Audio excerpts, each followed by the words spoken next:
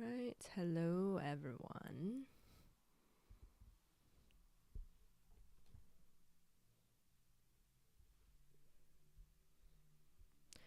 Okay, hi. We are going to wait maybe a minute or so you can just settle down, chill, think of your questions if you have any, or if you are here to just give me a second. If you're here to just like listen in, right? You can feel free to do that. I actually have a topic prepared, right, related to different business professions or different like job roles and the kind of business English skills you would need for them. All right.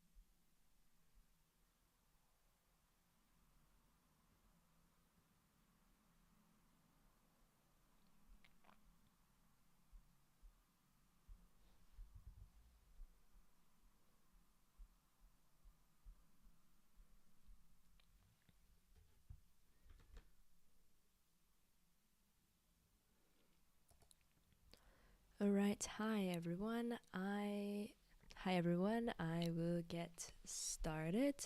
So, along the way, if you have any questions, just leave them in the chat. I will address them accordingly. Okay, so for today's topic, right, is about, well, of course, it's about business English. I have my lesson info there. I teach both on Preply as well as privately with my own website, right? So, both platforms are possible, depends on which one you are comfortable with.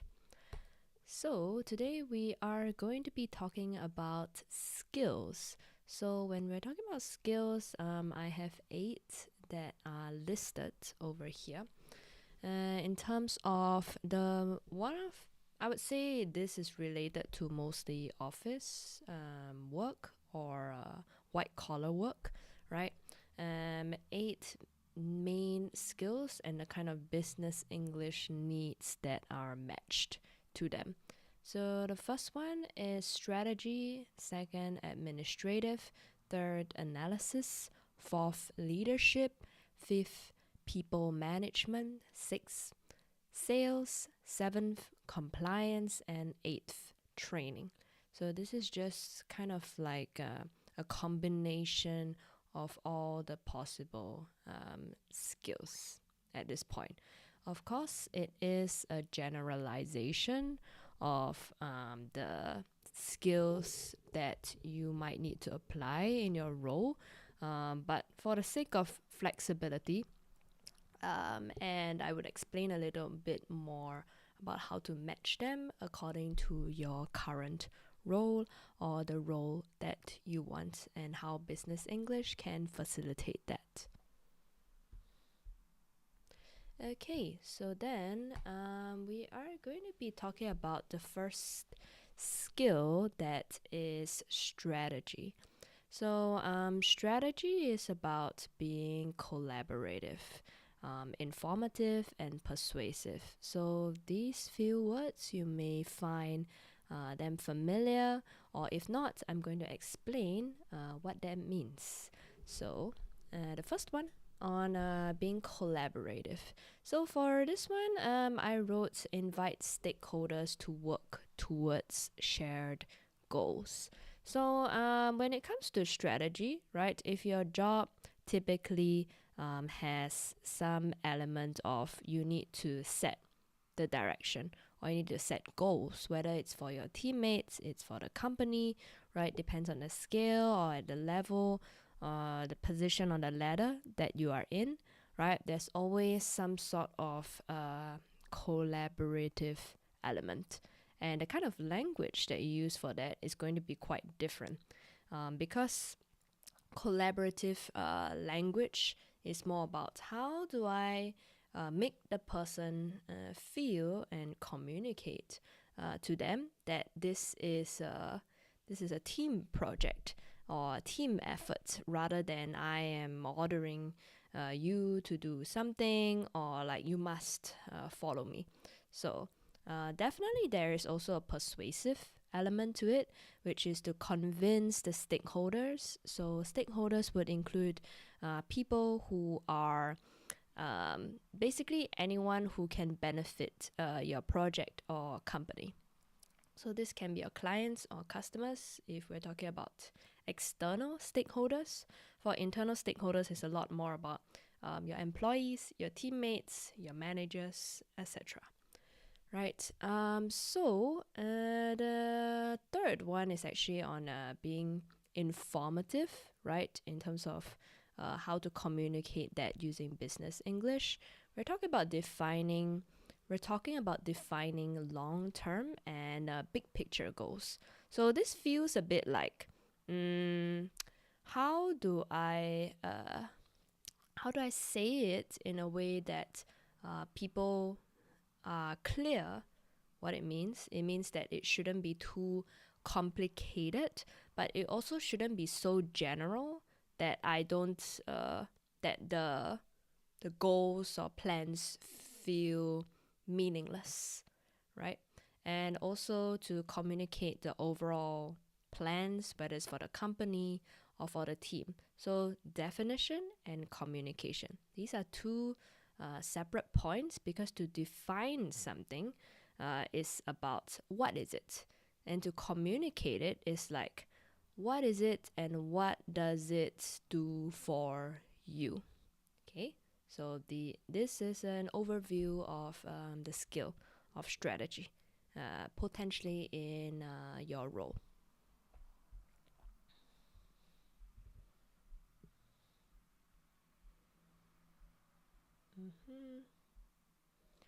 All right, so the next one is about admin. So when we're talking about admin skills, there is the informative element and the instructional element. So not so much the persuasive element, but pretty much most people have to do some level of admin. It's just more of what is the percentage or proportion of your work that is related to admin. So here, the skill of administration really important is about it being informative and instructional. So informative in terms of being able to communicate schedules, agenda, summaries, right? Being able to organize to-dos, tasks, and operations. So in the context of a workplace, right, being able to communicate schedules or an agenda or summary is more than just like generating something or writing something and then just sending it over. Like, how do I do it such that it is essential information? It's organized in a way that is readable, right? There's just enough information, or there is there is just enough information without it without it overloading someone, versus information that is just vague, right? Like you are taking notes or putting down notes for the sake of putting down notes, then that is not particularly meaningful. And on the aspect of instructional, so instructional is about how do I tell people how to follow up, whether it's following up with a certain task, project or deadline. And being able to call to attention these different parts is pretty important, because someone being able to search for it easily within your email or within your message, right? Or within your verbal way of communicating it, right? Can really change how they view the interaction and also their perception of you, right? Okay, so for the next part, give me a second. All right, so for the next part, we are talking about analysis. So, analysis is three things: being collaborative, being informative, and being persuasive. So, we are adding back the persuasion here, because, well, when it comes to analysis, people don't usually think of the collaborative aspect of it. But being able to collect research and feedback is not just waiting for feedback to come, or waiting for the research to come. It's that kind of initiativeness, or being able to like ask for information that is valuable to support certain analysis or decision that you are making.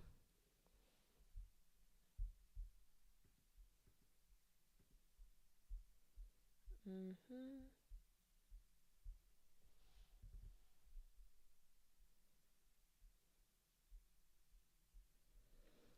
All right. And for the other one, it is on. So I talked about being collaborative, and I want to talk about being informative. So, informative in terms of communicating solutions for complex issues. So, if you are in the field of analysis, a common problem that you may come across is actually being like having people understand the depth and purpose of your information, right? So this can mean being able to communicate in generalist terms. So being a generalist means like being able to um, like almost like translate words that are quite technical or complex, and break it down for people. This may overlap with the skill of training, but sometimes certain information, because it's already too complex on its own, you kind of need to translate it even though you are not training someone, right? And the next part on being persuasive, right? Presenting your research with clarity, convincing stakeholders on the validity of analysis. So for this one, I would say that we're talking about like not just the informational part, but also like the packaging, right? So with the packaging, we want to talk about clarity, right? If things are not clear, if your analysis looks like it's too long-winded, or it's vague, or it doesn't seem particularly, it doesn't have a link to what we're doing, then that analysis becomes unconvincing to people. And even if you say that this analysis will help people in the long term, right? People need that buy-in. So people need to buy in into the validity of an analysis before they want to implement it. So just doing analysis alone may not be enough. You may need certain language skills in order to kind of facilitate that.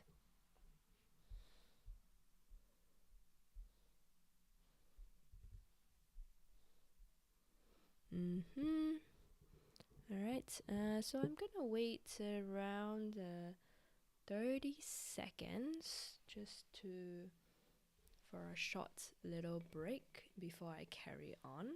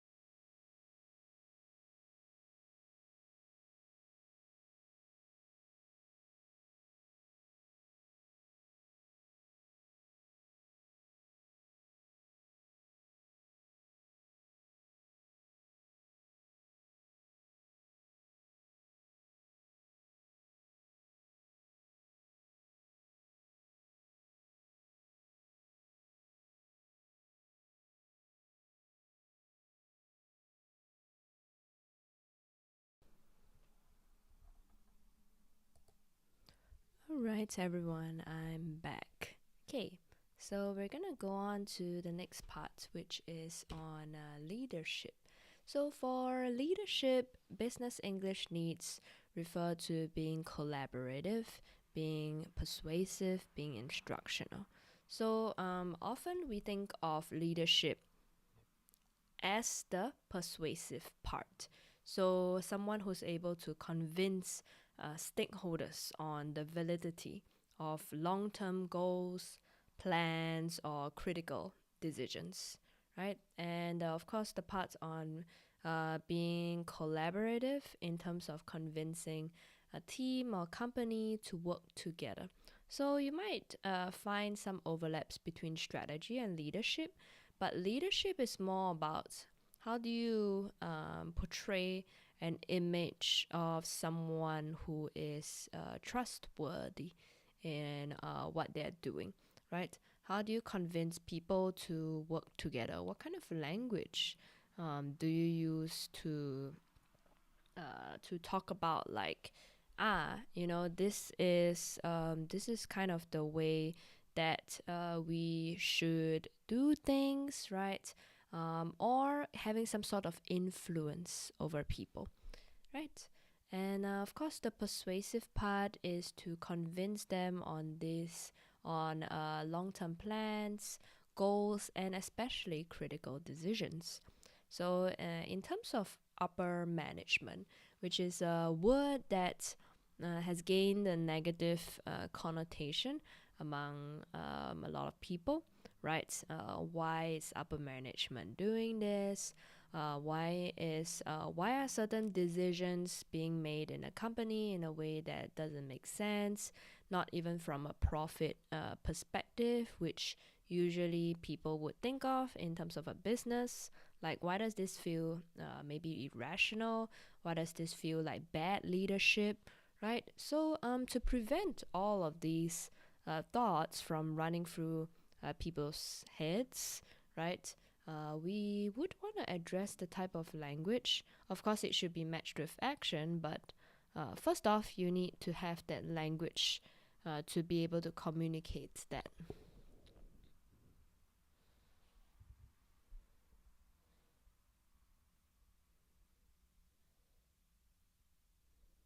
Yep.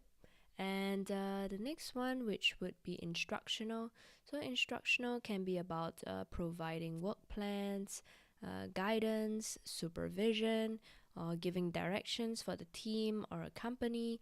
So, after you do all of that persuasion, that speech, that kind of motivation, that encouragement for people to work together, you need some actionables. You need some actionable, you need some actions for people to take, right? Otherwise, that good feeling, right, would be wasted. So this can come in the form of what's the work plan, what's the guidance I'm offering, what am I supervising on, and of course direction, which is more of a strategy skill, but in leadership, some form of directive is usually expected. Otherwise, people won't recognize you necessarily as a leader. So a leader is not just someone who gives orders, but some orders are necessary for you to present as the leader, right? Okay.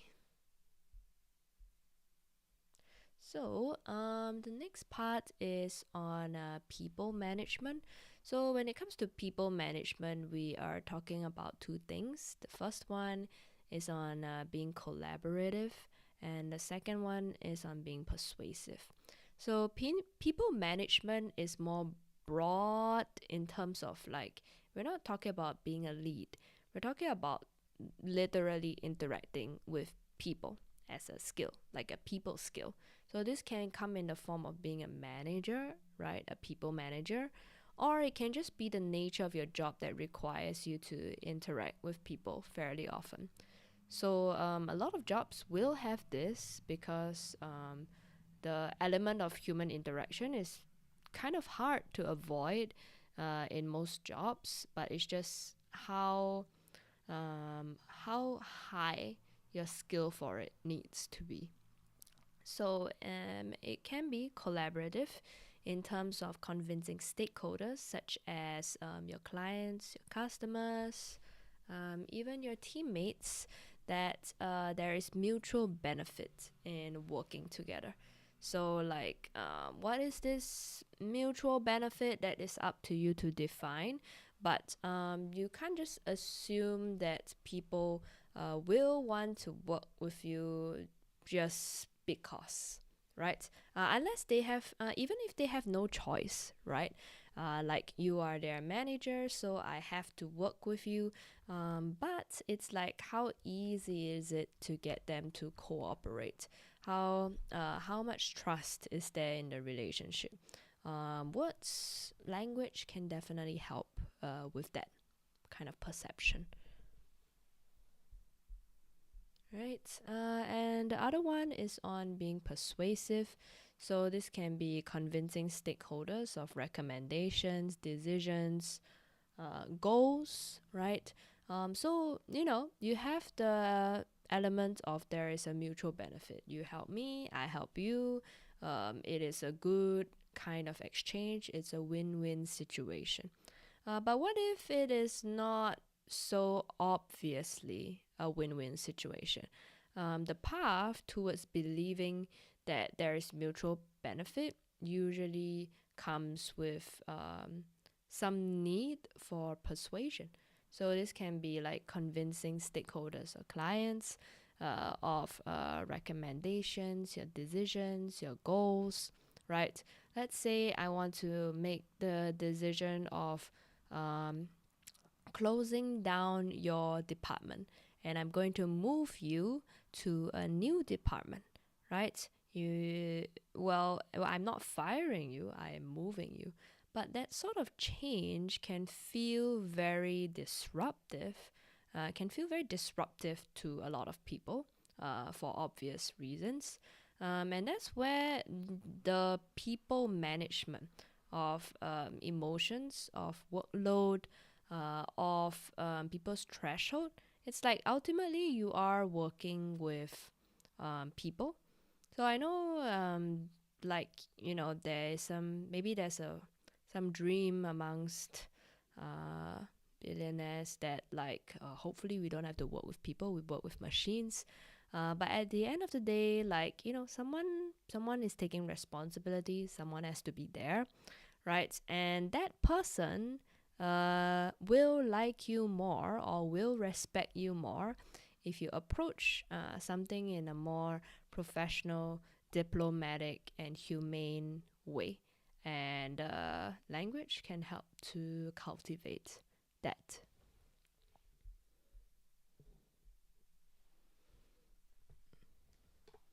Alright, gonna do a short pause before I move on to the next part.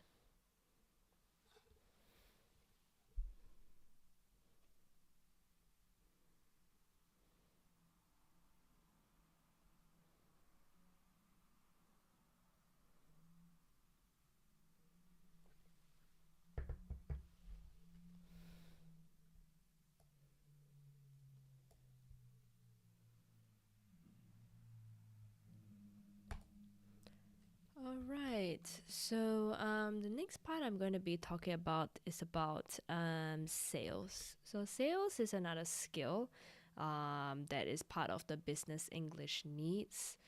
Sales comes with both persuasion, persuasiveness, and instructions.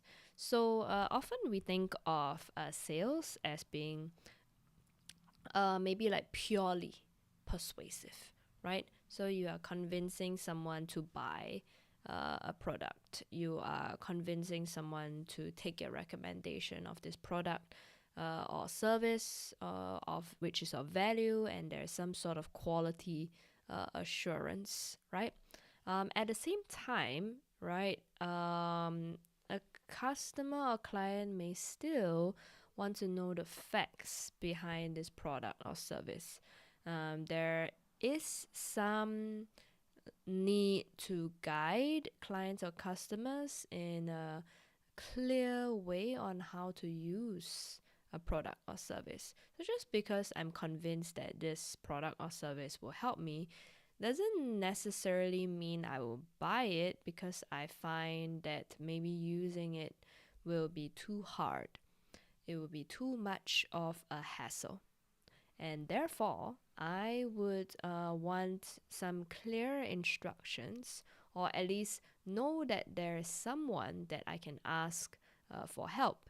So it's almost like sales, there's some customer service involved, there's some level of like follow up from the initial sales interaction, and it goes over to some brief kind of guidance, whether it's in your pitch or it is in the follow up after the sale.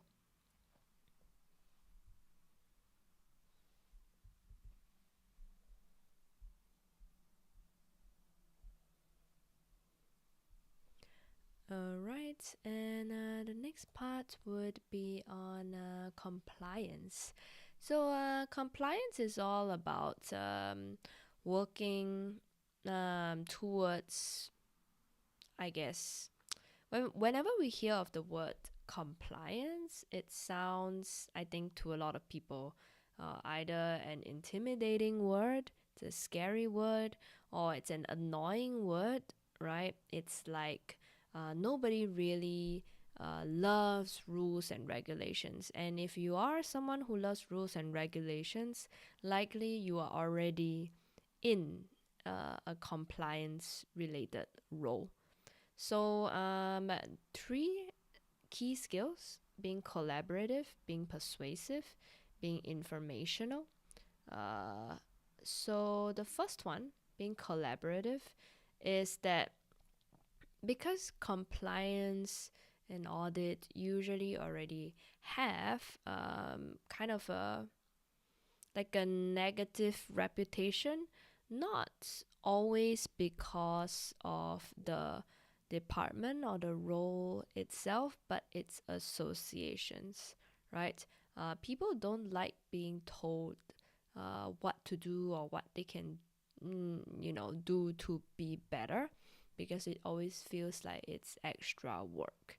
So the collaborative part is to kind of get people to understand that maybe it's a more transparent and honest kind of partnership with stakeholders, so that we can get the most accurate kind of information. So this can be related to, let's say, there's not enough documentation for this project, right? How do I frame it such that it's not like, oh, you're doing it wrong, this is the right way to do it? Rather than a right or wrong, well, there's always the right or wrong, but how do I say it without making people feel immediately defensive, right? Or making people feel inclined to lie or to avoid you, right? When you're just trying to do compliance work. The other element is being persuasive. So the collaborative part is to define your relationship with these other people as an honest one, but it's also convincing them that it's a win-win situation. So persuasion is always about like, my approach is good. It's not like your approach is wrong, but it's like, could we do some changes so that you can like present an even better version. So it's like the benefit has to be pretty clear in this case, right? And it should not be in terms of the benefit of following the rules. So there's no inherent good, or rather, people are not inherently convinced that following rules is the right thing to do. They think it's the right thing to do out of fear rather than the right thing to do like just because. So the persuasive element is to bring in some level of self preservation. Like I, as the person who is receiving this compliance feedback or request, feels like by following company policies or regulations, it in fact makes my work easier, maybe more efficient, right? And I don't feel like it is my work that is wrong, but it's just more like some improvement that I'm making, right? So there has to be that autonomy that people feel when doing compliance work. Okay, and the last one is informational, which means to guide stakeholders towards proper compliance. So, what we mean by guiding is kind of similar to the sales part when I talked about guiding clients or customers on how to do something, but this is more like on how to use the product or service, but this is more like how to do proper compliance. So I may know that I need to do some sort of compliance work or correction, but I don't know how to do it. The way you communicate it should um, be clear once again, right? And make the other person feel like this is doable. Like I don't feel like this is unreasonable.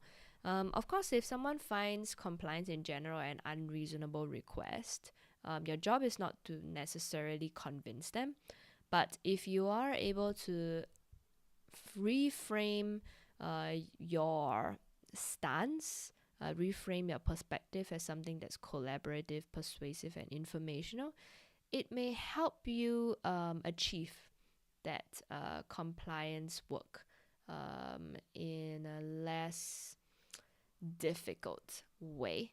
Because right now it's about how do I get people to even want to change? And because people are often resistant to change, sometimes for good reason, or it's just they simply don't care that much, right?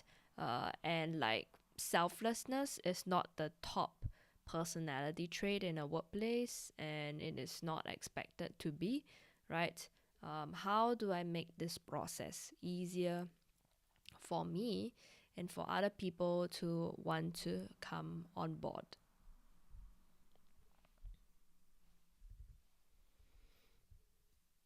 Right, 30-second break until I go to the last skill, which is on training.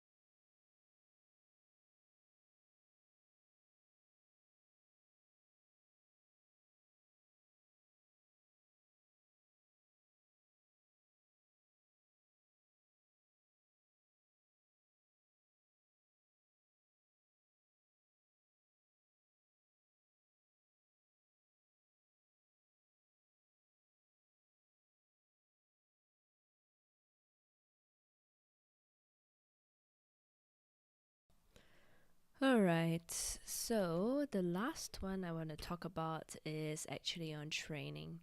So training, there are three elements: collaborative, persuasive, and informational. So whenever we think of training, we think of workshops, right? You are inviting stakeholders to work together, right? And that can mean like you are doing some team building activities. Persuasiveness can be convincing that this workshop has educational value. Like I'm not just forcing all of you to be in the same room as me for the sake of fulfilling a certain KPI, right? So I would say the persuasive element has less value if it is company mandated, but it would be good for you if you're doing the training and you believe in it to kind of share that kind of value, right? Of course, what is valuable to someone may not be valuable to another person, but persuasion can change something quite significantly. Can change perspectives quite significantly. Last one is on informational.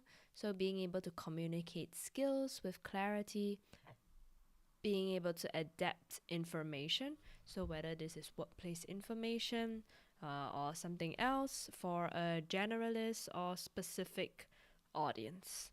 So this can mean like, let's say I am talking about strength finders, right? Okay, so strength finders in terms of adapting information from there, right? I'm not going to give like what I've learned or as an instructor or like the person organizing this workshop that like, oh, this is the meaning behind strengths finder. It's kind of like, how do I relate this workshop to my audience's specific experiences? So that can be the specific route. The generalist route is more like, okay, what is something that most audiences would need or want to hear or be able to understand? So it's kind of like, okay, is there a certain trend or pattern among these colleagues or these teammates or these people? So it requires you to kind of like vibe check a little bit, especially if you haven't met them before. But if you have met these people and these people maybe are within your own company and you're doing some sort of internal training, then of course you have more context. And with more context, there's kind of like higher expectation on what you should do with this information. So, there are pros and cons to both, right? If you are looking for if you are someone who's doing internal training, there's high expectations, but there is also more intimacy. You know these people, maybe better what their likes and dislikes and preferences are, as opposed to a new group. If you're doing external training, you have to be able to be ready to change things on the go, right? Or come up with new kinds of ways of explaining something, right? Okay,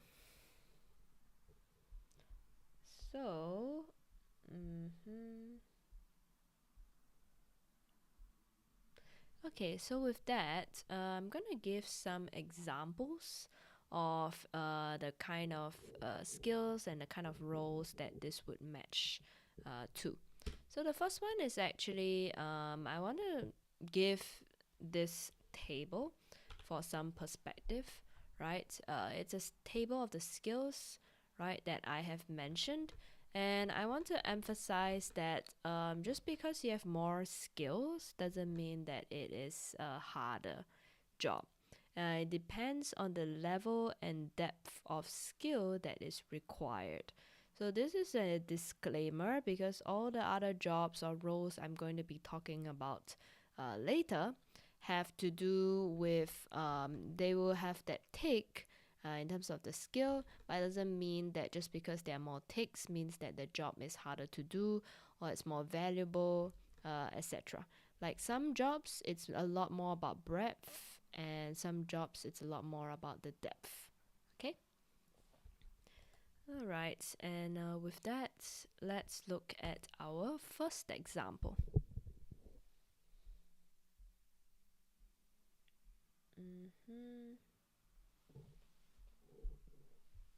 So our first example here is the software developer.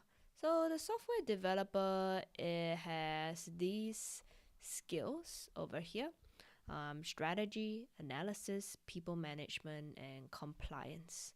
So I have the job description from Indeed, from Indeed.com over here, right? I'm just going to briefly go through some of it, right, and how it matches to the skills here. So the first one is on collaborating with management, departments, and customers to identify end user requirements and specifications. So here, when we're talking about collaborating, okay, just the word itself should already tell you that it has to do with people management. You need to communicate with a lot of different people, whether it's to gather information or to get a feedback or to identify requirements, etc. Right? And for analysis, right? Well, let's talk about. We're not going to be talking about producing code or so on. That has less to do with language testing. Is also not designing algorithms and flowcharts. Not so much, right? So let's talk about compiling and assessing user feedback over here.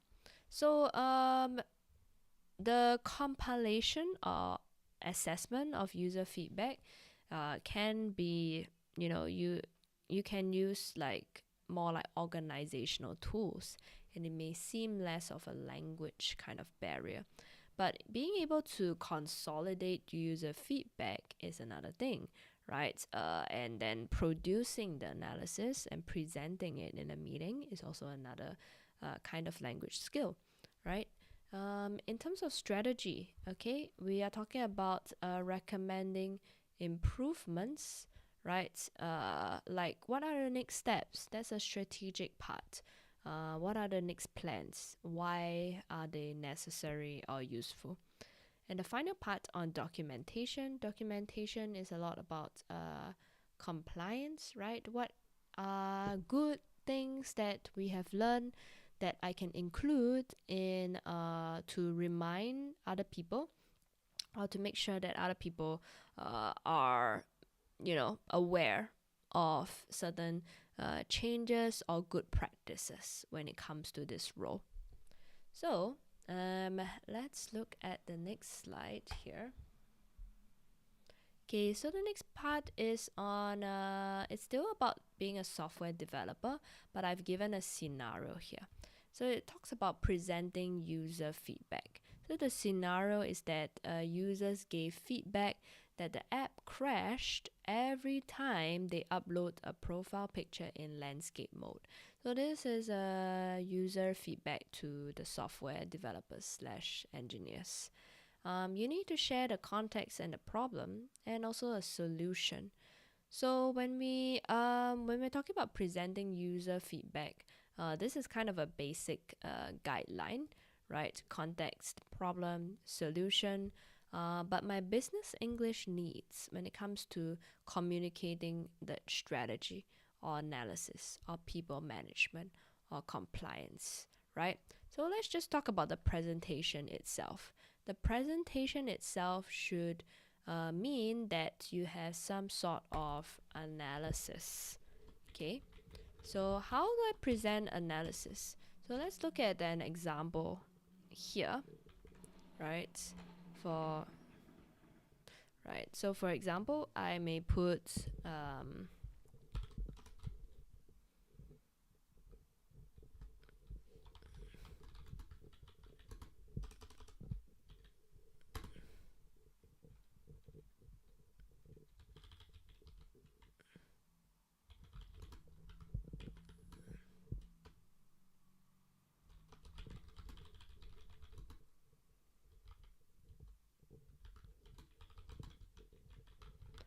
Alright, so let's say the analysis 50% of users gave feedback on the app crashing. What do I need to take note when it comes to analysis? The collaborative, the informative, and the persuasive part. So the first part on being collaborative, right, is how have I been collecting that information? So do I present it in reported speech? So this is reported speech. Basically, I am saying the user said this, right, rather than direct quotes. So direct quotes can be, I have difficulty uploading my profile picture because the app keeps crashing. Okay, so there is more of a direct quote. So whether you choose to provide the analysis of the user feedback in reported speech versus a direct quote can influence how that analysis is received. So if I gave it in it is just an informative part, but how do I talk about the validity of the analysis, for example, right? So the validity of the analysis should require, right? For example, okay, so the validity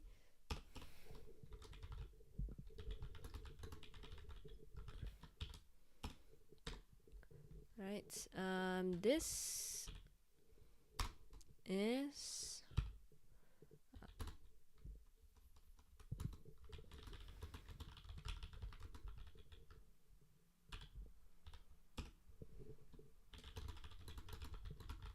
okay. So between these two, right? So my information, right, that I'm providing, informative, okay, my informative analysis. The app is crashing essentially, and the validity, right? This has been a recurring issue versus we need to fix this. Okay, so let's talk about these two examples, right? Which one is better? This has been a recurring issue versus we need to fix this. I'm likely going to say these two statements at the end of the context or problem. So after I introduce the context or problem, I say this has been a recurring issue, or I say we need to fix this. Which one's better? So I'll give us 10 seconds to kind of think about it.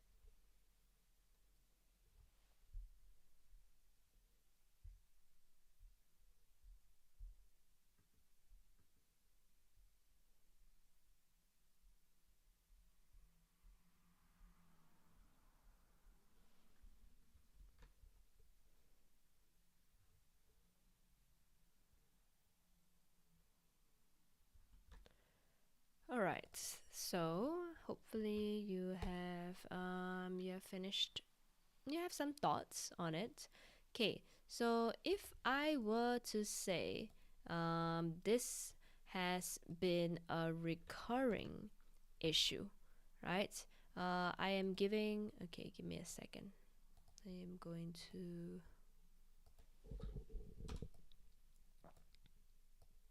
just do this part. Alright, this has been a recurring issue. It tells me, right, it's more detached, okay, it's more factual. So it's more factual. This is a recurring issue. That's why we need to fix it because it's repetitive. Or I say we need to fix this. So it becomes more personal, right? And there is some emotional urgency, right? Of course, the fact is that we need to fix this, right? But there is more of a call to action here, right? call to action. We need, right? Urgency, fix, call to action. But here it's detached in that it's just saying it's recurring. Alright, so these are the two things that are different in this communication of the validity of the analysis. Right, so I'll give us some time to just digest this, and I'll be back in around a minute.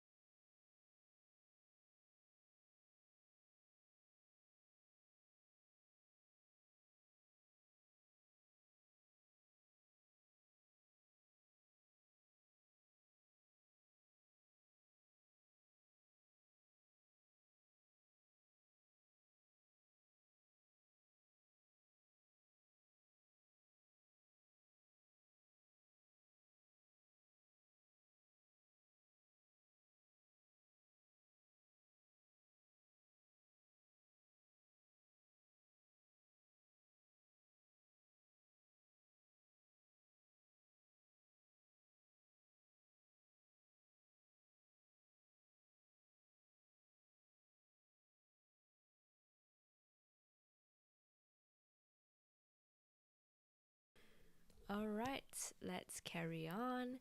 So let's go on to another example of a role. So the next role over here is actually on being a financial analyst at the entry level. So typically, I haven't really been, sorry, not typically, I haven't really been talking about levels at this point when it comes to roles. But you will find that roles that are focused more on strategy or on training may be less likely to be entry level. But financial analyst is kind of like a unique case in that you are expected to make some predictions.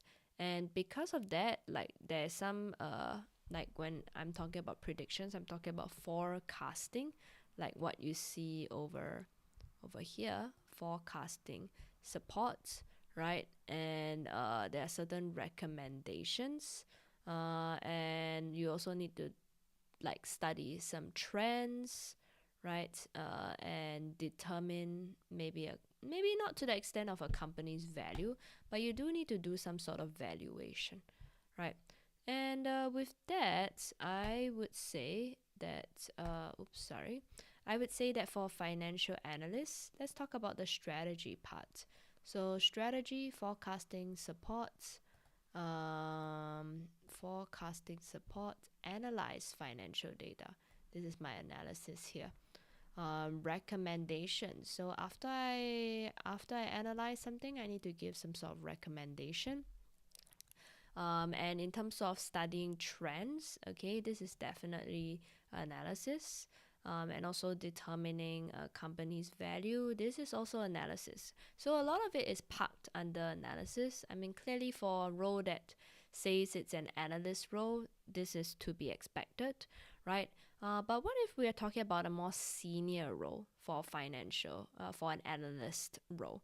Then it would probably include like training, people management, leadership, right? But for an entry level, these two skills would be enough for this case, right?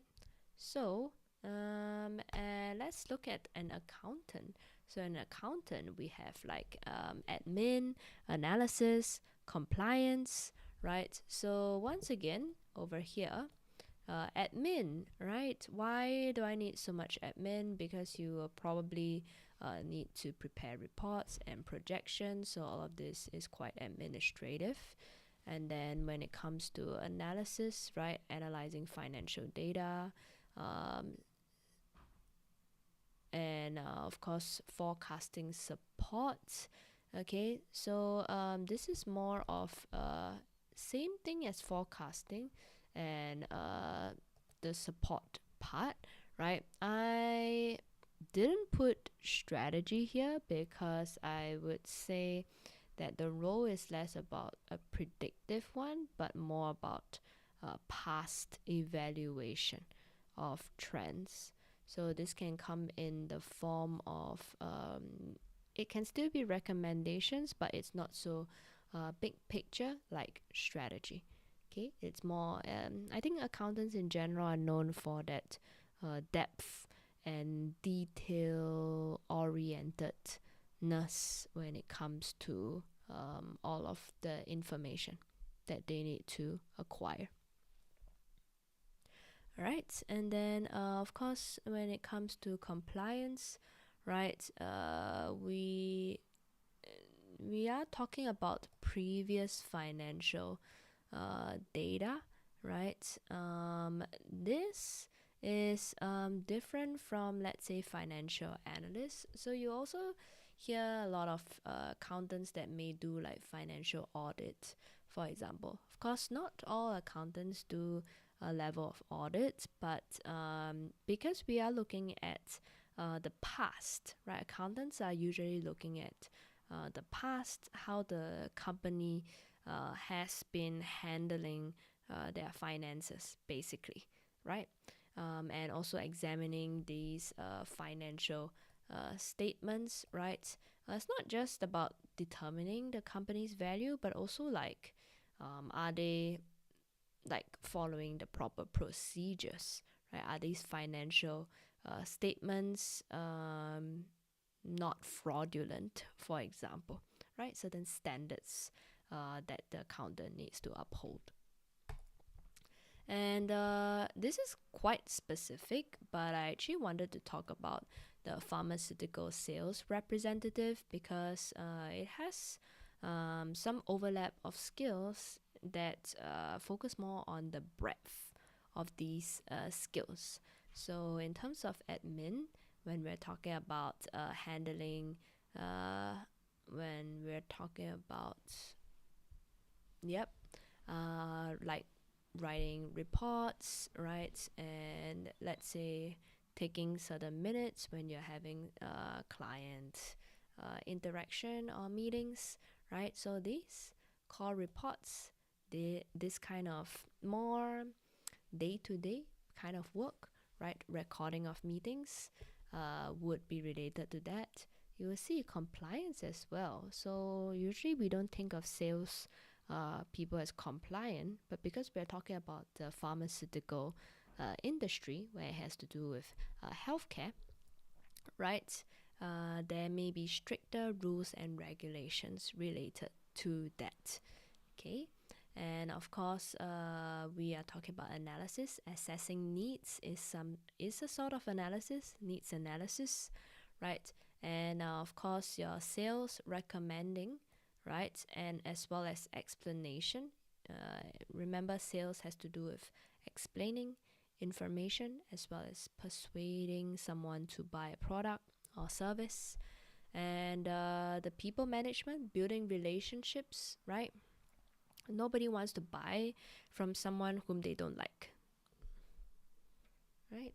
And of course, we also have handling sales objections. So this is also related, or addressing concerns. This is related to people management as well. And of course, the team meetings, training sessions, right?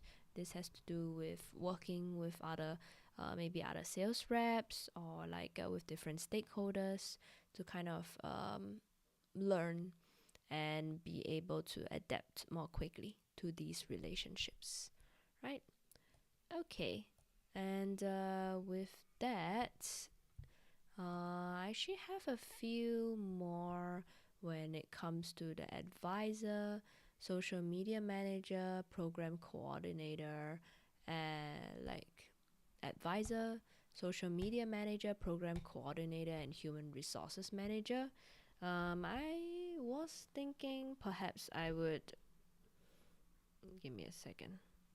Well, likely I may do a quicker overview on this before I kind of end the live stream, right? In the meantime, if you still have any questions, just let me know. Right. So for this one, the advisor role, an advisor can provide individuals and organizations with critical information. Okay. So we're talking about strategy in terms of analysis, critical information, decision making, collect data, forecast analysis. Okay, where is the people part, right? Industry experts with context, right? And also compliance, right? New regulations, and of course they provide some level of training, right? Because they're industry experts and they're expected to advise, and to advise is a level of training from an expert. And then we have a social media manager. So for this one, it's more about the strategies. Okay, so strategies to align business goals. Okay, let me see. This is a little bit small. Create and schedule and publish. All of these are very administrative, I would say. And then we have analyzing current marketing efforts. This would be more related to analysis, of course, collaborating with other marketing experts, people management, monitor and responding to comments, people management, leveraging social media trends, more like analysis. And of course, alignment with the brand, values, company goals, these are all related to analysis. KPIs, for this one, I wouldn't really talk about in terms of business English. Managing budgets is not an English skill, right? And yep, the rest are less related to English skills, but more to do with business management skills. Okay, and we have the program coordinator, which is about monitoring and approving program expenditures. This not really to do with English. I would say this part, okay, supervising, scheduling, right, setting priorities, marketing, outreach, okay, sponsors. Okay, sponsors are very people related. Scheduling work, coordinating work in general is very admin focused, right? Because you need to keep everyone on task. And compliance work in terms of like, are we following certain like budgets, requests, right, etc. Especially if the program is non-profit, right? And of course, doing some level of training in terms of supervising, right, staff or volunteers. The last one on a human resources manager. Okay, so there is quite a breadth here as well. I would say largely plans, HR plans have to do with admin, right? Even talking about compensation and benefits. This is admin, right? Because you're communicating that pretty straightforwardly. If you are a liaison, definitely there's people management. If you are supporting the performance review process, it could be people management, right? Resolving conflict, definitely people management. Compliance with labor laws, government laws, definitely. Training is not here, but there are HR departments that do conduct employment training or are the ones facilitating that. And of course, analysis, right? Staffing needs, right? Yeah, there needs to be some sort of analysis to justify either having more people, less people, or like different workshops or skills or upskilling that employees can go for. All right, so that's what I have for today's lesson slash Q&A, right? As always, if you have any other questions or you want to talk a bit more about like things like interviews, right? feel free to just ask, and I will do my best to incorporate it in our next live stream. All right. Okay, thank you everyone, and I hope you have a good weekend and good day ahead. All right, bye bye. Take care.